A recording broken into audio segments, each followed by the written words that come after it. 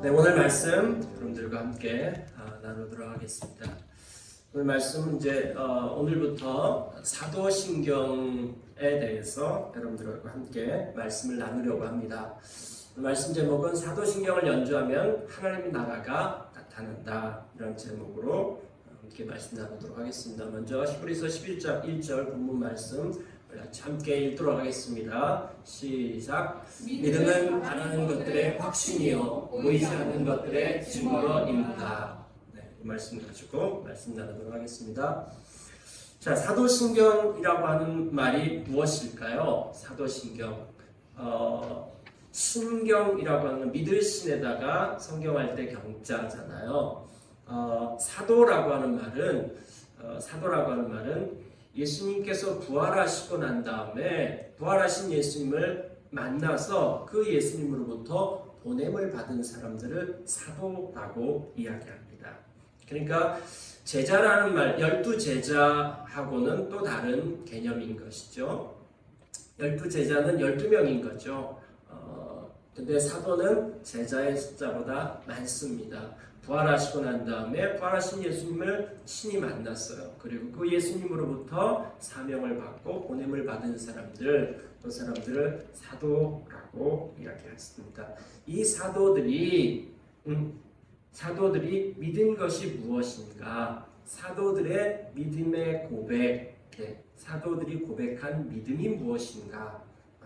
이것을 사도신경이라고 이야기합니다. 그러니까 사도들이 도대체 당신들은 뭘 믿고 있습니까? 라고 말할 때 그걸 압축하면 이런 내용입니다 라고 말할 수 있는 것이죠.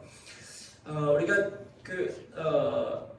신앙생활 할 때 이렇게 압축해서 요약해주면은 이거구나 딱 부러지게 이렇게 좀 알 수 있습니다. 그런 것들이 우리 신앙생활 할 때 몇 가지가 더 있습니다. 구약을 봐보면은 구약에 압축된 엑기스가 뭐냐면 십계명입니다. 저 십계명으로부터 시작해서 모든 것들이 이렇게 튀어나거든요.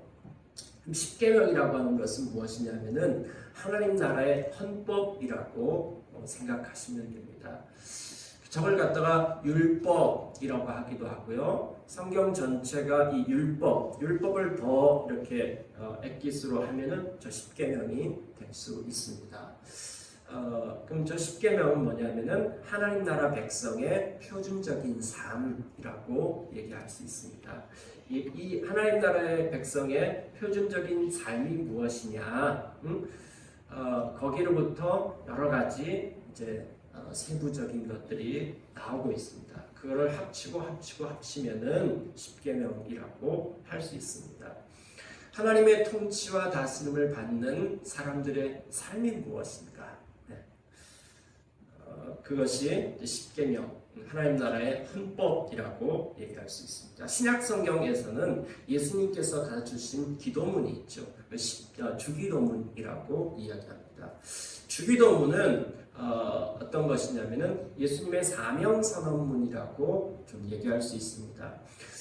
제자들이 예수님에게 기도를 가르쳐 달라고 얘기했는데 제자들이 기도하는 법을 몰랐을까요? 아니요, 제자들은 기도하는 법에 대해서 알았습니다.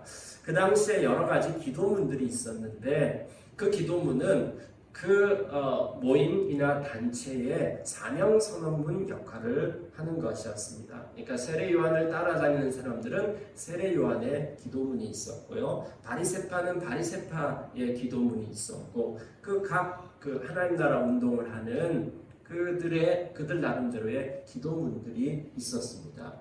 그래서 예수님을 따라다니다가 이제 예수님한테 물었던 것이죠. 주님, 기도를 가르쳐 주십시오. 이 말은 뭐냐면은 주님, 우리 뭐하는 단체예요? 이거 물어본 것이나 마찬가지인 것입니다. 거기에 대한 대답으로 가르쳐 준 것이 주기도문이거든요. 하나님의 나라가 임하게 하옵시며 라고 하는 이 핵심 구절이 나와 있습니다. 그래서 주기도문은 한편으로는 예수 믿는 사람들이, 예수님을 따르는 자들이 무엇을 추구해야 될 것인가에 대한 것이고, 또 한편으로는 맹세인 것입니다. 주님, 한편으로는 구하면서 한편으로는 주님, 제가 이런 삶을 살겠습니다라고 하는 다짐과 맹세, 이것이 주기도문이라고 할 수 있습니다. 그래서 예수님께서 이 땅에 오셔서 뭘 하시려고 하는가? 그리고 이 기도문을 외치는 자들, 이 기도문으로 기도하는 자들, 그들은 도대체 어디를 향해서 나아가야 될 것인가? 이것이 주기도문에서 가르쳐주고 있습니다. 그 다음에요, 초대교회, 교회가 시작됐습니다. 그 교회사에는 사도신경이라고 하는 것이 있습니다. 이런 사도들이 믿음을 고백한 것입니다. 우리들이 무엇을 믿는지에 대한 고백, 이것이 사도신경입니다. 사도들이 고백한 신앙이라고 얘기할 수 있습니다. 자, 이 기원이 어떻게 될까요? 이 기원은 신약 성경에서 기원하고 있습니다. 첫 출발, 예수 믿고 난 다음에 첫 번째 신앙 고백이 무엇이냐면은 예수가 그리스도이시다, 예수가 주이시다라고 하는 고백인 것입니다. 그리스도라고 하는 말은 이 히브리어 메시아라고 하는 말을 헬라어로 번역한 것이 그리스도입니다. 그래서 그리스도, 그 다음에 메시아, 이 같은 말이고요. 그 당시 유대인들은 구약 성경에 약속되어진 메시아라는 말은 왕이라고 하는 뜻입니다. 왕, 그리스도, 이 왕을 기다리고 있었습니다. 근데 고백한 것입니다. 너희들이 그렇게 기다리던 그 메시아가 바로 십자가에 죽으신 예수가 그리스도다라고 고백하는 것이죠. 그 다음에 예수가 주이시다라고 하는 이 말은 조금은 헬라 사람들, 주라고 하는 말은 그 당시에 큐리오스 해가지고 이 큐리오스라고 하는 말은 주라고 하는 뜻이고요. 그럼 누가 주인가? 로마의 황제가 주이다라고 하는 거죠. 이 세상의 통치자가 누구냐? 그것이 로마의 황제다라고 얘기했는데 고백을 한 것이죠. 그것이 아니다. 십자가에서, 로마 제국에 의해서 십자가에서 죽으신 예수 그리스도, 그분이 이 온 세상의 통치자이시고 주이시다라고 하는 고백인 것입니다. 자, 이 고백에서 사도신경은 이제 시작이 되었는데요. 이게 시간이 흘러가면서 이것이 이제 발전하게 되어졌습니다. 예수는 주이신데, 그럼 예수가 주시다라고 하는 말은 도대체 어떤 의미냐? 이게 덧붙여 간 것이죠. 이것에 대한 이제 교회사 내에서 자료들을 봐보면은 이제 2세기경 100몇 년도죠. 기원 후 100몇 년도. 그때의 로마 교회의 설교문에서 요것이 또 좀 발견되어집니다. 그 설교문에 나온 내용은 뭐냐면은 로마 교회가 세례를 줄 때 이 사도신경으로 질문을 한 것입니다. 당신은 천지를 창조하신 하나님 아버지를 믿습니까? 이렇게 묻는 것이죠. 그럴 때 네, 그렇습니다. 이렇게 세례를 받을 때 이 고백을 하는 것이죠. 그 다음에 또 예수님에 대해서도 이야기하고, 그것을 믿습니까? 성령을 믿습니까? 이렇게 고백할 때 네, 믿습니다 라고 이렇게 고백하는, 그래서 세례를 주는 것이죠. 세례를 준다라고 하는 그 말은 이제 한 교회의 일원이 되는 그런 과정인 것이죠. 그래서 여러 사람 앞에서, 교회 앞에서 신앙을 고백하는 그런 것이죠. 하지만 이것은 단순하게 그 한 교회의 일원이 된다라고 하는 그 정도의 의미만은 아니었습니다. 그보다 훨씬 더 깊은 의미고, 왜냐하면 그 시대의 시대 배경이 있기 때문입니다. 그 시대의 시대 배경은 뭐냐면은 로마가 통치하는 시대였고요. 그 다음에 기원 후 2세기 정도 됐을 때 로마는 최고 절정기, 가장 이 로마 제국의 영토가 가장 크고 전성기 시절이었습니다. 그때 예수가 주라고 하는 고백 안에는 어떤 것이 포함되어 있냐면은 로마의 황제가 주가 아니다라고 하는 고백이 들어가 있는 거잖아요. 이건 국가 반역죄에 속하게 되는 것입니다. 이건 엄청난 고백인 것이죠. 이 고백 하나가 이게 뭐 그냥 어떤 내 취향은 이래, 내 견해는 이래, 뭐 이 정도가 아닌 것이죠. 이 믿음의 고백이라고 하는 이 고백 안에는 거기에서는 그 시대의 어떤 사회적 배경 안에서 어마어마한 대가 지불, 어마어마한 이 희생이 따르는 고백인 것입니다. 이건 보통 고백이 아닌 것입니다. 그래서 박해가 있었습니다. 박해. 로마 제국으로부터 이제 기독교가 10번 정도의 박해가 있는데 한 200년 동안 이것이 지속되어집니다. 박해가 일어났고 그 다음에 이제 또 이단들이 막 일어났습니다. 그러니까 그때까지 신약 성경은 아직까지 책으로 나오지 않았을 때입니다. 그러니까 예수님이 계셨다가 십자가에 죽으시고 부활하셨죠. 그 다음에 이제 오순절날 교회가 탄생되어졌습니다. 탄생되어지고 난 다음에 이제 이 사도들이 복음을 막 전했어요. 입에서 입으로 막 복음을 전했습니다. 그래서 그 결과로 여기저기에서 로마 제국, 예루살렘뿐만이 아니라 로마 제국 전체에서 교회가 이제 막 세워지게 된 거죠. 그러면 이 전 세계에 흩어진 이 교회는 도대체 어떤 공통점이 있고 어떤 믿음의 고백을 하느냐, 이제 이런 부분들이 생겨지게 되는 것이죠. 뭐 책이 아직까지 이렇게 정확하게 나와 있는 것도 아니고, 그러면서 이제 바울이 쓴 서신서가 이렇게 나와 있었습니다. 그렇게 해서 나온 서신서, 그 다음에 이제 복음서 내용들이 나왔지만 이걸 아직까지 하나로 이렇게 쫙 이렇게 한 책으로 만들지는 않았을 때입니다. 그래서 여기저기 이런 편지들이라든지 뭐 복음서 한 권 한 권씩이라든지 이런 관련된 종류의 문서들이 한 200여 개 정도 이렇게 있었습니다. 근데 이것에 대해서 어떤 거에 중점을 둬야 되고 뭐 이런 부분들이 좀 혼란스럽겠죠. 그러면서 여러 이단들이 일어났습니다. 예수님 당시에는 이제 사도들이 살아 있었잖아요. 그러니까 그걸 예수님의 십자가와 부활을 직접 경험한, 그 다음에 성령께서 임하셔서 교회가 시작되는 것을 직접 경험한 사도들이 살아있을 때는 비록 이런 문서들이 없을지라도 문제가 안 됐어요. 네. 그 다음에 이 사도들이 직접 가르친 여러 사람들을 갖다가 속사도, 사도에 뒤이은 제자들, 이 속사도들이 있을 때까지만 해도 또 별 문제가 안 됐단 말이죠. 네. 근데 이 예수님의 제자의 제자들이 다 죽어 갔습니다. 그러니까 이 뭔가 직접 본 것도 아니고 그런 권위들도 없어지고 하기 때문에, 그리고 또 막 박해가 일어나고 이단들이 여기저기서 일어나고, 그럼 어떻게 해야 됩니까? 이게 어떻게 이 교회가 신앙이 유지되어지고 도대체 우리는 뭘 믿고, 그 다음에 또 교회는 무엇인가, 이런 부분들에 대해서 여러 가지 혼란이 되던 상황 가운데서 이게 이제 점점 이제 생겨나게 된 것입니다.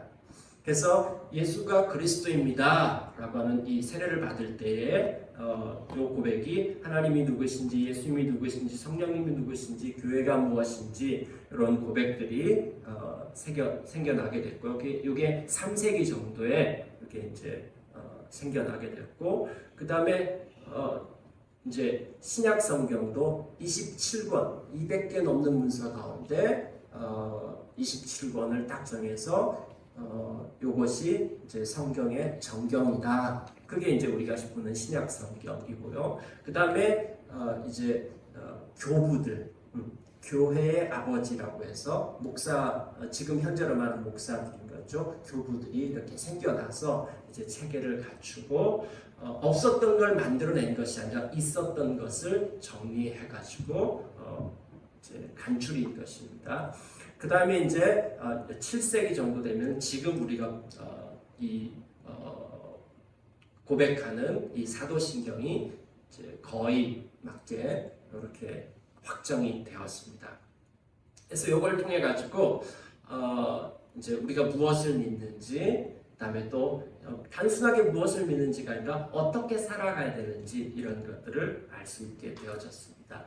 자, 그러면 이거는 이 사도들이 고백한 것을 왜 우리가 이 시대에 또 고백해야 되고 암송하고 또 예배 시간마다 이것을 해야 될까요? 뭐 어떤 교회는 이것을 사용하기도 하고 안 사용하기도 하고, 그다음에 사도신경이 이게 그 신약과 구약 성경이 아닌데 저걸 왜 경자로 붙이냐 뭐 이렇게 하면서 안 사용하는 분들도 있고요. 또 어떤 교회에서는 이건 안 사용하면 이단이라고 얘기하기도 하고요. 뭐 이런 얘기들이 그 각 교회마다 또 다 다릅니다. 하지만 분명한 것은 사도신경 안에 있는 모든 내용들은 전부 다 성경에서 나온 이야기이기 때문에 저것이 성경이 아니다라고 얘기할 수는 없습니다. 모두 성경에 기반한 고백들이라고 할 수 있습니다.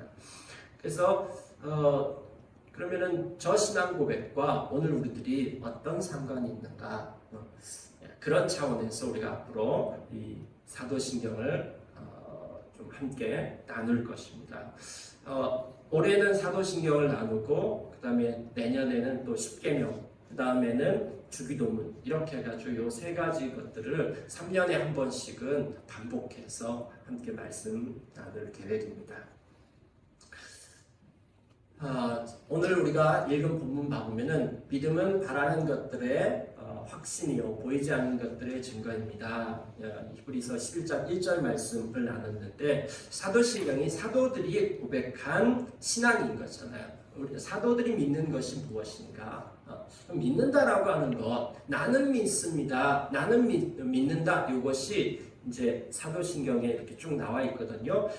특별히 이제 새롭게 번역된 사도신경, 우리가 최근 우리 교회는 이제 그걸 쓰고 있는데 나는 믿습니다. 이렇게 시작하잖아요. 뭘 믿는지에 대한 것들이 이렇게 쭉 나와 있습니다. 그럼 믿는다라고 하는 이 고백이라고 하는 것은 어떤 의미를 가지고 있는가 하는 것이죠. 자, 믿음은 신뢰라고 할 수 있습니다. 왜 그럴까요? 히브리서 11장 1절에서 믿음이 무엇인가에 대해서 얘기를 해주고 있는데 바라는 것들의 확신이다. 이렇게 막 금방 확 이해가 되십니까? 바라는 것들의 확신이다. 그 다음에 좀 이해가 안 될 것 같아서 한 번 더 얘기해주고 있습니다. 보이지 않는 것들의 증거입니다. 이해가 되십니까? 네, 그 말인 것 같아요. 근데 저기 보면은 바라는 것들, 보이지 않는 것들 중복해서 이렇게 기록되어 있죠. 그 다음에 확신, 증거 같은 말을 반복해 놓고 있는 거거든요. 믿음은 바라는 것들의 확신이다. 저 확신이라고 하는 말이 뭔가 지금 이거는 저희는 세 번역을 보고 있고요. 개정개역을 보면은 믿음은 바라는 것들의 실상이다. 실상하면 또 좀 도움이 되십니까? 자, 이게 어떤 단어인지, 이게 뭘 의미하는지 좀 모호하단 말이죠. 그런데 이 실상이라고 하는 이 단어, 휘포스타시스, 주보에다가 좀 기록해놨는데 이 휘포스타시스라고 하는 헬라어 원어는 어떤 의미냐면 어디 아래에 서 있다 이 말입니다. 어디 아래라고 하는 말과 서 있다라고 하는 말이 합쳐진 말입니다. 근데 이 고고학 쪽에서 발굴된 그 1세기 시대에 이 당시 시대에 1세기 시대에 발견된 그 여러 가지 문서들 가운데 이 단어가 어디에서 쓰여졌는지 그 당시에 성경 아니라 일상생활에서 어떻게 쓰여졌는지 봐보니까 저 확신이라고 하는 저 단어, 실상이라고 하는 저 단어는 무슨 말이냐면은 계약문서라고 하는 뜻입니다. 계약문서.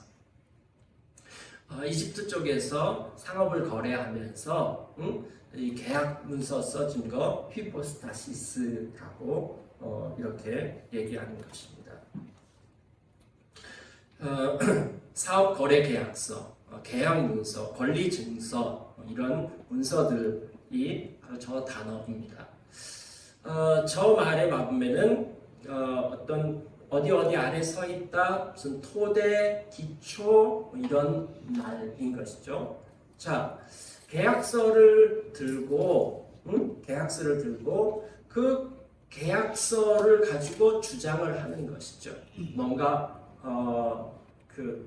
보이지 않지만은 계약서를 들고 이렇게 계약했기 때문에 이 계약대로 이행해 주십시오라고 주장할 근거가 바로 그 확신이라고 하는, 실상이라고 하는 단어인 것입니다. 그러면은 바라는 것들은 무엇일까요? 계약서상에 쓰여져 있는 것이죠. 약속한 것들, 계약한 것들, 그거를 이대로 이루어 달라라고 주장할 수 있는 근거, 토대가 무엇이냐면은 계약서라고 하는 것이죠. 그것이 뭐냐면 믿음이라고 하는 것입니다. 믿음이라고 하는 것 안에 들어가 있는 의미가 이렇습니다.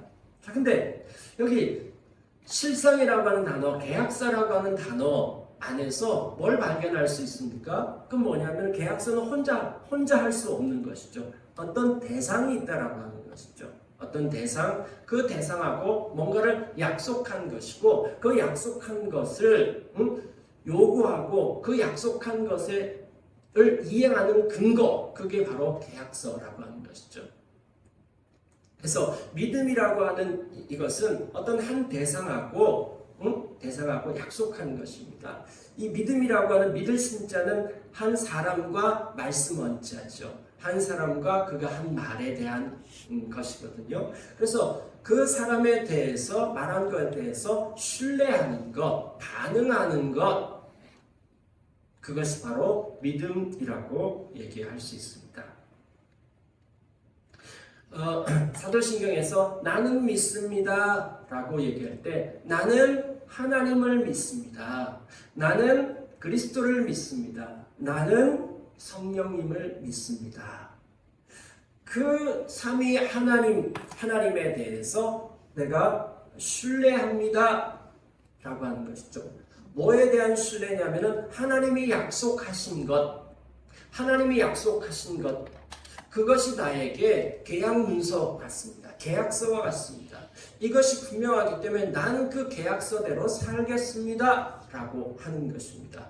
나는 그 하나님을 신뢰합니다 라고 하는 것입니다. 이 히브리서 11장에 보면은 믿음으로 산 사람들이 쭉 나오는 것입니다. 구약 성경은 성경은 약속에 대한 책이잖아요. 구약 신약 하나님께서 약속하신 것입니다. 그 약속하신 것을 아브라함, 그 다음에 또 이삭, 야곱, 에녹, 이 성경에 나오는 수많은 사람들이 믿음으로 살았다라고 하는 것이죠. 믿음으로 살았다. 하나님에 대해서, 하나님의 약속, 하나님과 하나님이 하신 약속에 대해서 신뢰하면서 그것이 내 삶의 밑받침, 토대가 되었다라고 하는 것이죠. 기초가 되었다라고 하는 것이죠. 그 기초 가운데서 나의 모든 행동은 나왔다라고 하는 것이죠. 이것이 바로 나는 믿습니다라고 하는 말의 의미인 것입니다. 마틴 루터는 이렇게 얘기했습니다. 피난처, 영혼을 위한 안전한 정박지, 발을 디딜 견고한 땅을 발견하였다. 모든 사람은 무언가 혹은 누군가 자신의 인생에 뿌리를 박아야 한다고 생각했던 것입니다. 어디 위에 서 있다라고 하는 것입니다. 우리가 하는 모든 행동은 어떤 근거 위에서 일어나고 있다라고 하는 것입니다. 자, 그러면 여러분들은 어떤 누구를 신뢰하고 있습니까? 무엇에 대해서 반응하고 있습니까? 여러분들이 살아가는 삶의 모든 행동은 무엇의 근거 위에서 그것이 일어나고 있습니까? 모든 사람들은 자기들의 살아가는 삶의 근거, 어떤 뿌리, 그것이 있습니다. 진공 상태에서 우리는 살아가고 있지 않습니다. 어딘가를 밟고 있습니다. 그 디딤대가 무엇이냐라고 하는 것이죠. 그것이 하나님입니다라고 하는 이 고백은 내가 가지고 있는 모든 문제들, 어떤 상황들, 그 가운데서 나의 모든 출발점은 바로 이곳이다 라고 하는 것이고, 난 이분 앞에 이 하나님이 누구신지에 대해서 알았고, 그분이 내 삶의 모든 문제에 대한 답을 가지고 있고,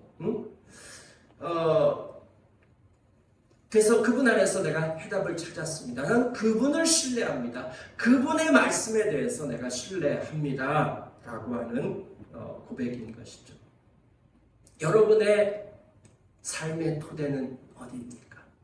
여러분들은 무엇을 신뢰하면서 살아가고 있습니까?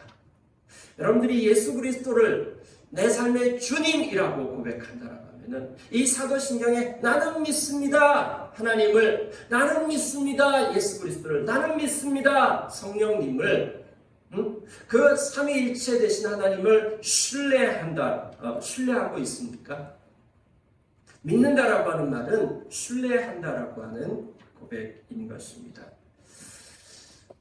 그 당시에 이 1세기 당시에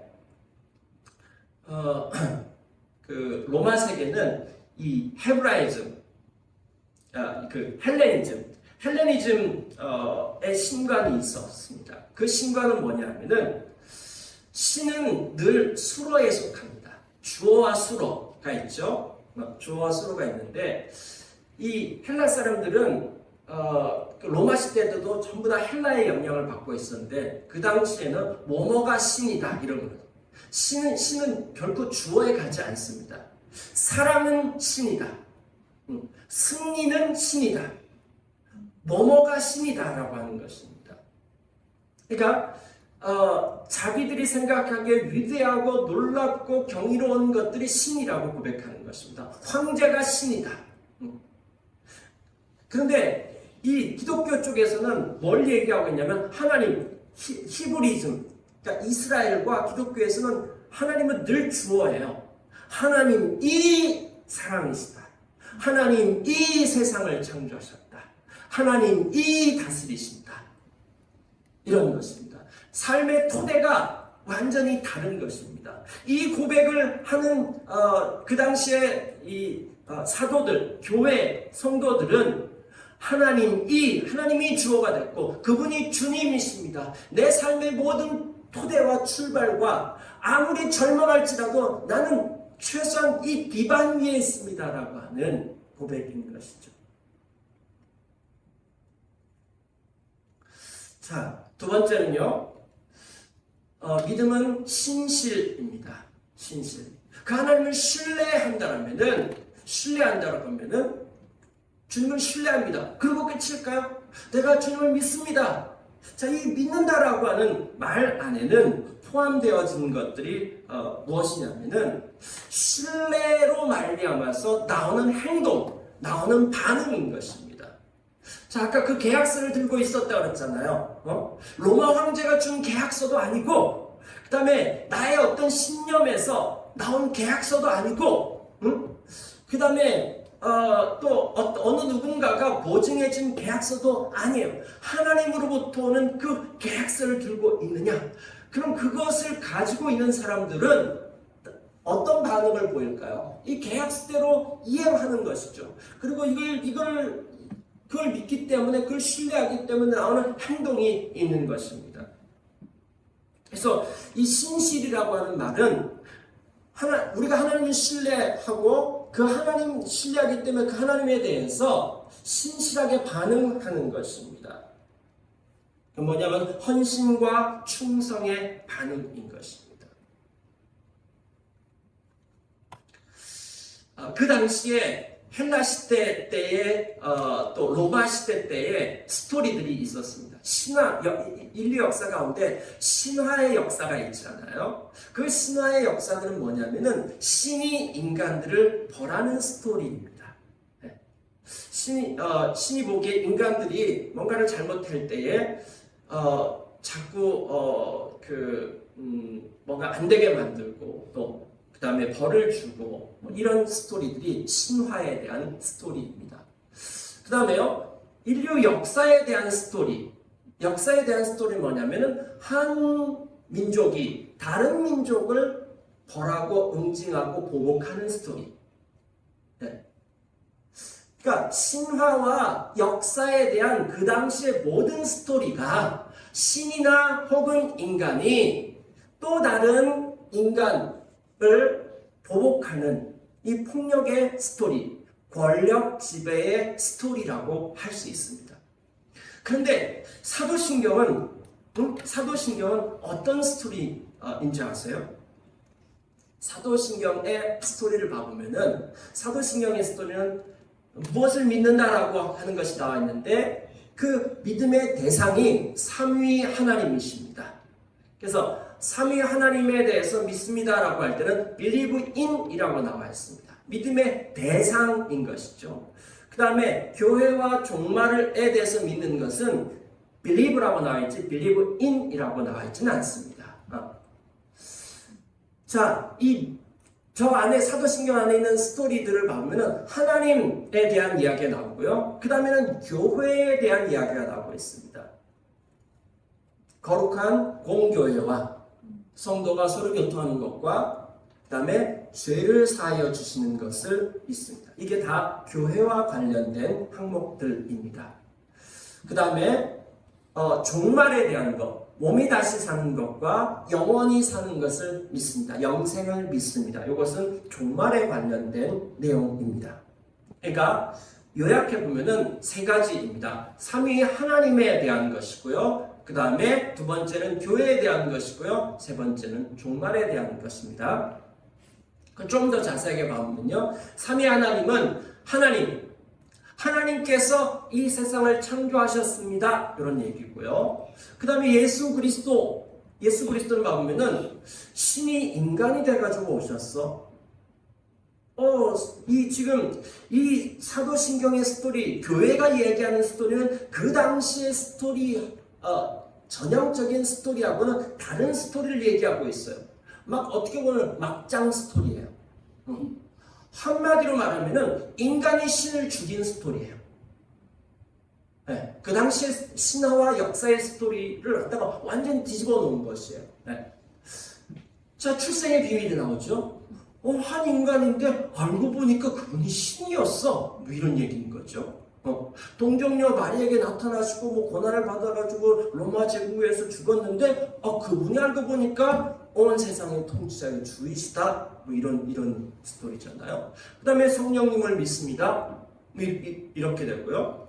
근데 이렇게 됐으면은 그 다음에 그 당시에 자연적인 스토리로 하면은 그래서 신이 인간들을 벌하기로 작정했다. 이렇게 하면은 그 당시에 신화 스토리가 될 텐데 여기 안에서 놀라운 스토리가 벌어집니다. 그런데 그렇게 인간이 신을 죽였는데 이게 벌써 막장 스토리인데 여기서 또 어떤 스토리가 진행이 됩니까? 그런데 그 신이 벌하지 않고 이 인간들을 가지고 구원하고 이 인간들을 회복시키기 위해서 회복시키는 스토리 뭐 이런 얘기를 하고 있는 것이죠. 완전히 다른 스토리가 벌어지고 있습니다.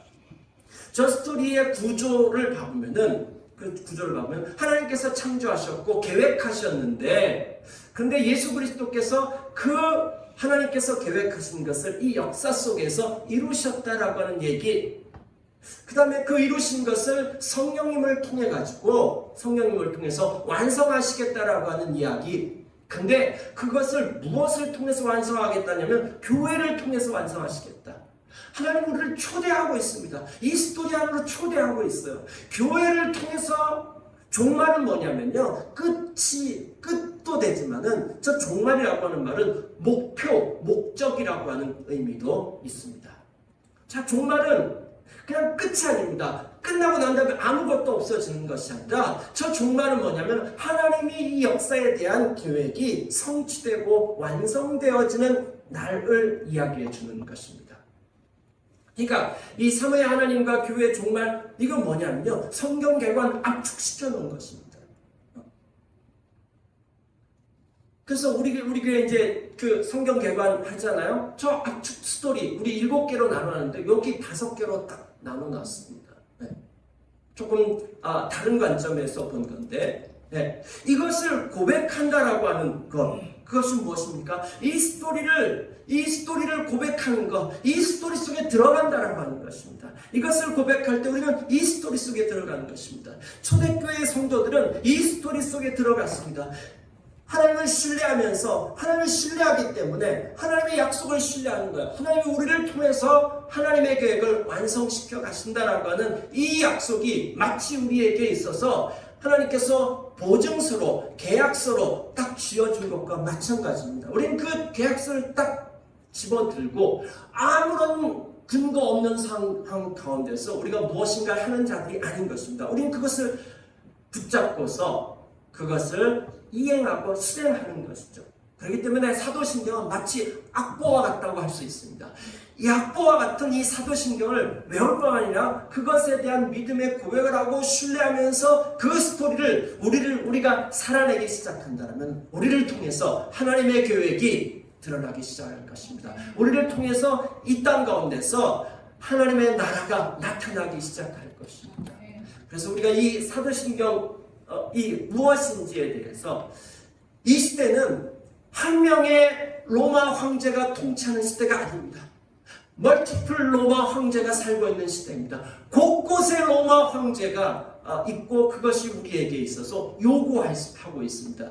충성과 헌신을 요구하고 있는 이 시대 가운데 우리의 삶의 토대와 근거가 하나님께 있으며 그 하나님 이 계시기에 그 스토리를 바라볼 때 우리는 경이로움 가운데 들어가는 것입니다.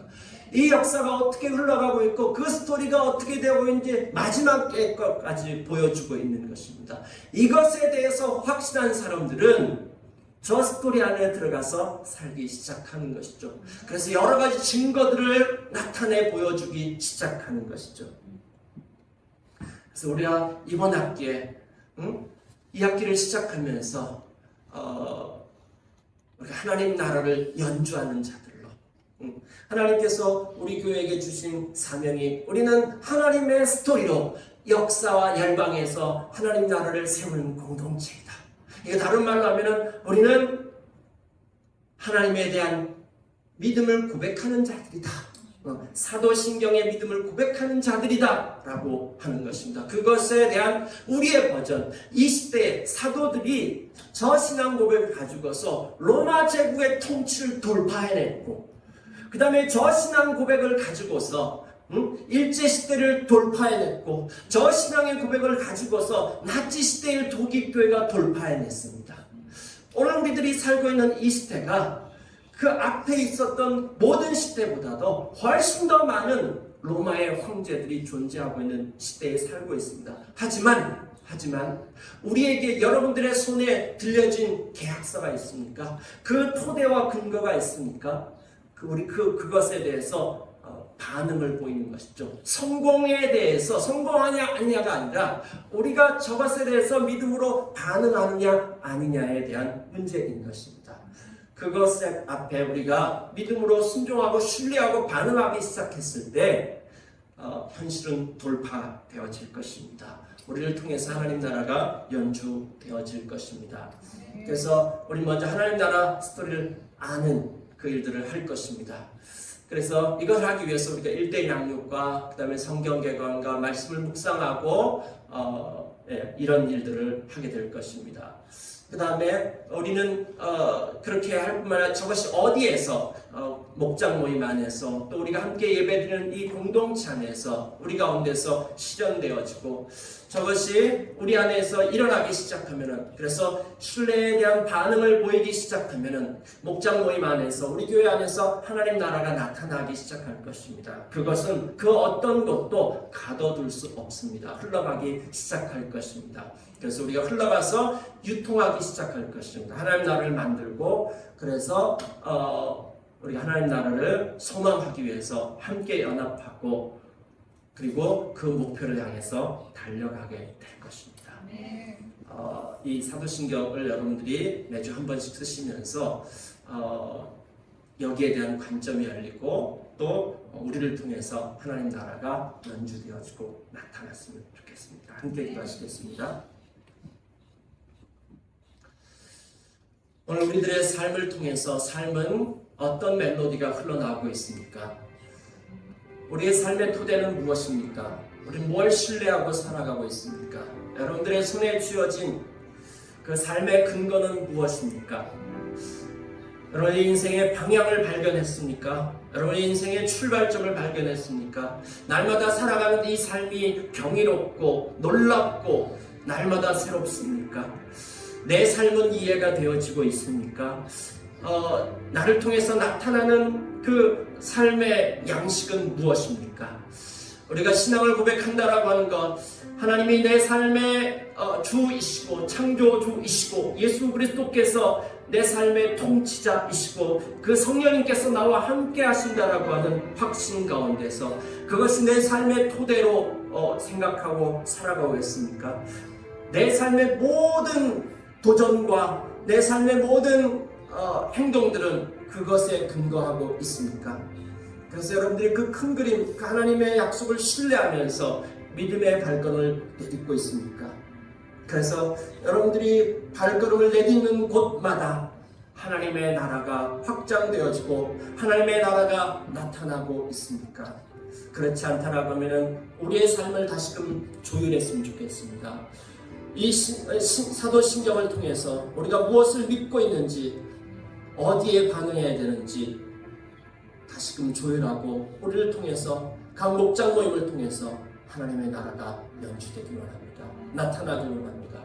이 시간에 여러분들이 오늘 말씀 앞에 반응하며 고백하는 시간 갖도록 하겠습니다. 기도하시겠습니다.